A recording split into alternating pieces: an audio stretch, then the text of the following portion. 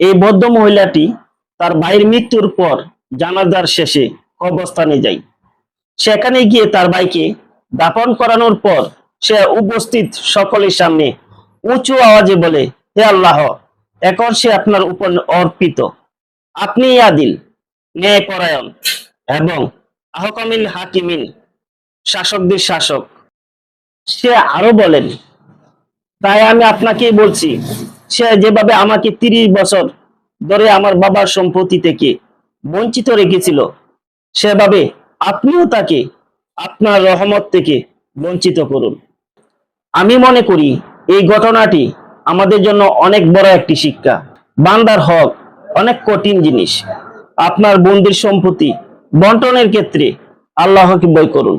মনে রেখো, বইয়ের অঙ্ক গরমিল হলে ঠিক করা যায়, কিন্তু জীবনের অঙ্ক একবার গরমিল হলে পুরা জীবনটাই নষ্ট হয়ে যায়।